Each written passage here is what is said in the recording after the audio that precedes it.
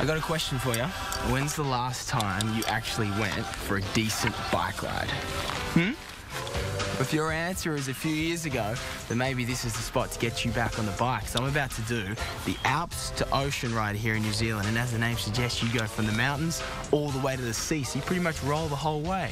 Oh, and Lycra, it's optional. Hey, I got a lot of faith in you. We are starting our bike ride in the shadow of Mount Cook, the highest point in the New Zealand Southern Alps, and riding all the way to the seaside town of Oamaru, around 300 k's away. What makes this ride on the South Island of New Zealand so good? No traffic, the weather, the scenery. I think any riding is fantastic. It doesn't matter where you are. It's the best way to see a country. You can be part of the scenery, smell the smells, you know, feel the wind.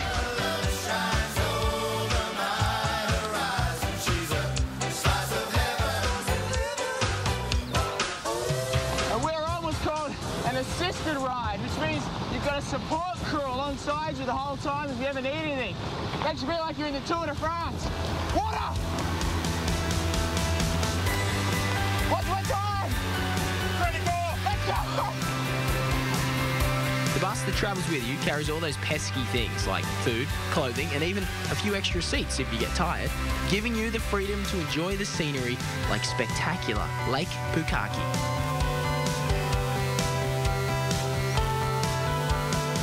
This is live? Yeah, dig in. Beauty. You know, there are only 900,000 people on the South Island, and half of them occupy either Christchurch or Dunedin. That leaves 450,000 people across the rest of the island. I mean, there's practically no one here. You get two of them. Thank you. So you can find places like this for lunch on just about every corner. The lakes in this region get their distinctive blue colour from the surrounding glaciers which feed into the lakes. Now, what's this all about here, this canal? Part of a hydroelectric scheme.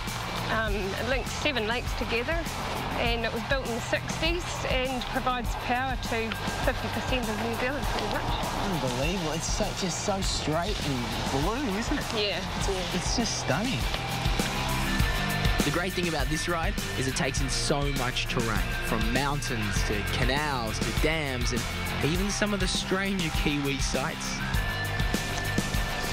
Whoa, what is this place? It's cool, isn't it? This is Elephant Rocks. It's made of limestone. Is this just a farmer's backyard? Yeah, it is. Have they shot any movies here yet? No. They will, won't they? Probably one day, yeah. Yeah, it's cool.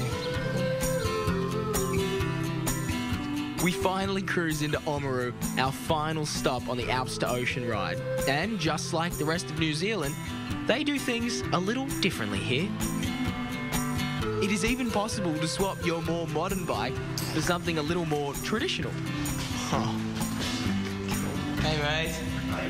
Look at this. Gold teeth and a curse for this town. The most common way that people travel through New Zealand is in a camper van. But let me tell you, I've just done it on the mountain bike, and there is no better way to experience a country than to breathe it in as you ride through it, rather than just look at it out the window. And after all, who wants to be common anyway? Go for a ride, old chappie!